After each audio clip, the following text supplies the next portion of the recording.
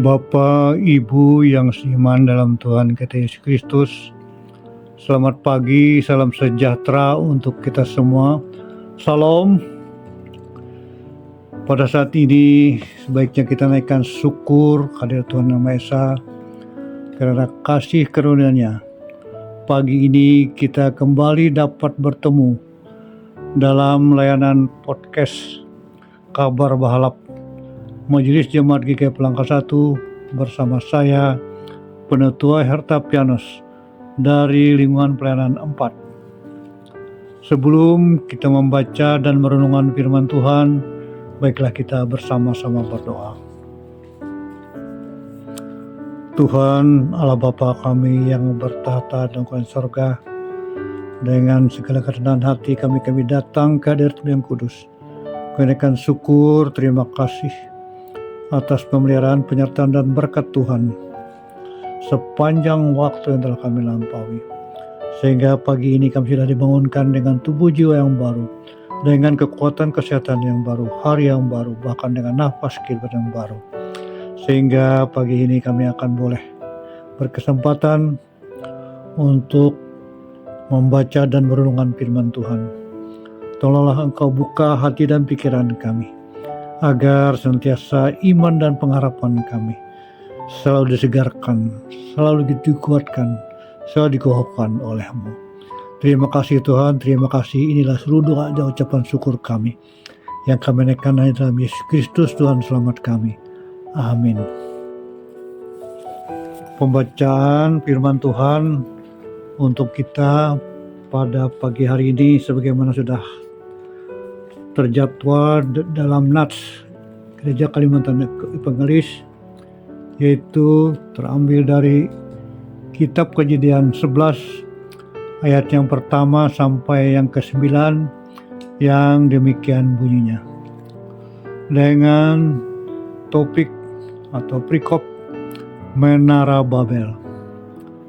Adapun seluruh bumi satu bahasanya dan satu logatnya.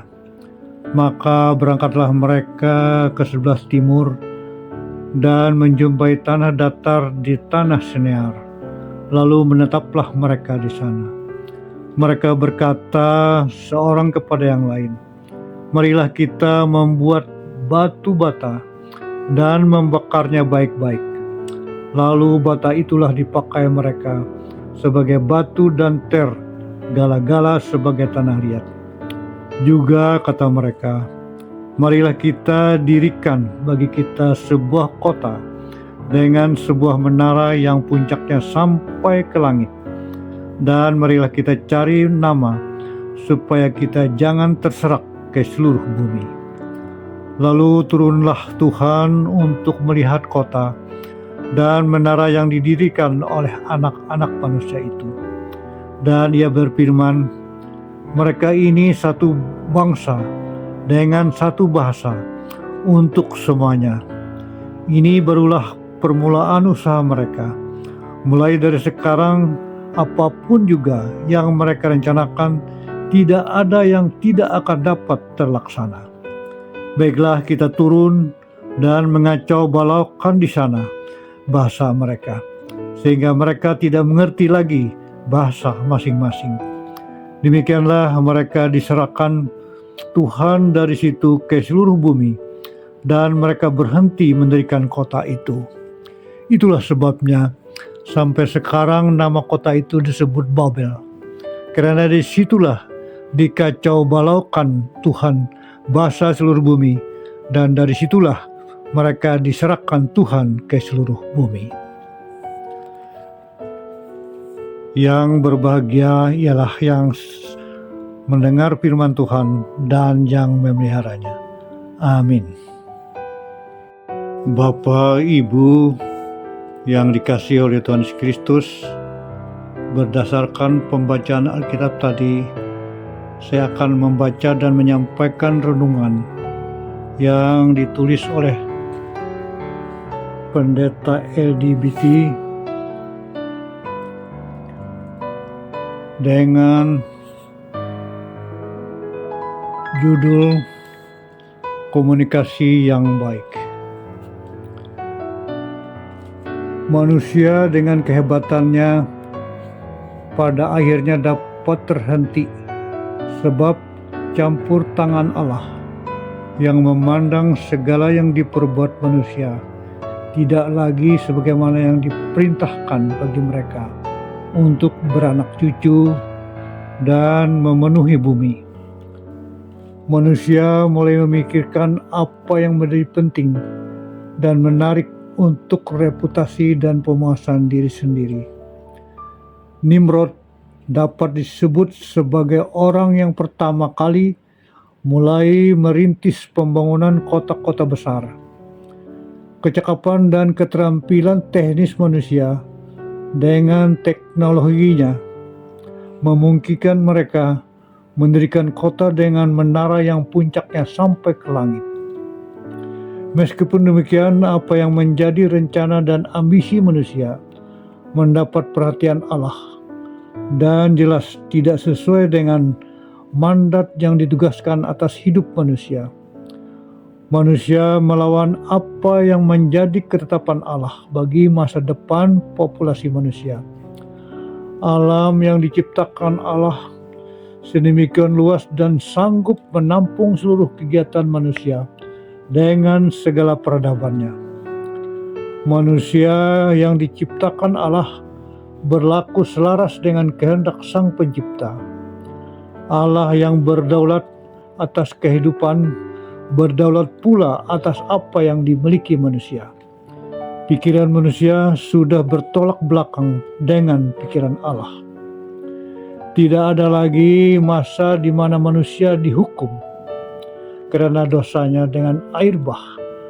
Allah menggagalkan rancangan manusia dengan mengacau balakan bahasa dan mereka gunakan sebagai alat pemersatu.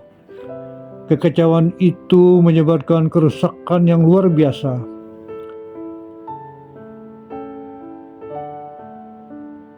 Di mana proyek membangun kota dengan menara yang tinggi menjadi berhenti.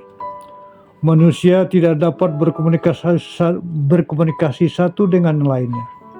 Kekuatan bahasa yang mereka sombongkan dihancurkan Allah. Bencana yang diakibatkan ketidakmengertian dalam komunikasi menjadikan kumpulan manusia itu tercerai-berai. Mereka tidak dapat menyamakan pengertian saat mereka tidak dapat lagi berbicara dengan pengertian yang sama. Akhirnya manusia terpisah dan menyebar ke berbagai tempat. Allah yang merancang semuanya. Kisah Menara Babel yang merupakan kisah tentang kesombongan manusia yang bertujuan melawan kehendak Allah dan menyamakan diri dengan Yang Maha Kuasa. Kemampuan dan kecerdasan manusia ada batasnya. Kegagalan manusia membangun Menara Babel mengajar kita untuk selalu membawa rencana dan agenda besar kita kepada Allah yang dapat mengatur dan mengarahkan berkat-Nya kepada kita. Kita tidak boleh terjebak pada pikiran manusia yang selalu merasa diri hebat dengan kemampuannya yang justru mendatangkan bencana bagi kehidupan manusia itu sendiri. Kita ingat bom Hiroshima dan Nagasaki yang mematikan dan mendatangkan penderitaan bagi rakyat Jepang. Kemampuan manusia untuk berbahasa bukan untuk merancang yang jahat dan menyampaikan ujaran kebencian di tengah masyarakat luas. Tuhan Allah tidak menghukum manusia pada titik lemahnya, tetapi pada titik kekuatannya. Kekacauan dalam berbahasa sudah cukup menggagalkan rancangan jahat manusia. Kita akan mengalami yang sama jika kita membanggakan kekuatan diri kita. Tuhan dapat membuat kita gagal dan jatuh jika kita sombong, supaya kita hidup dalam kehendak-Nya. Mengapa Tuhan perlu mengacau balakan bahasa manusia? Tuhan sangat mengerti bahwa Komunikasi merupakan hal terutama dalam kehidupan manusia. Tanpa komunikasi, mustahil sebuah komunitas dapat melaksanakan rencananya dengan baik, karena komunikasi di antara mereka terhambat. Maka satu sama lain tidak dapat memahami bahasa masing-masing. Akibatnya, rencana mereka pun buyar.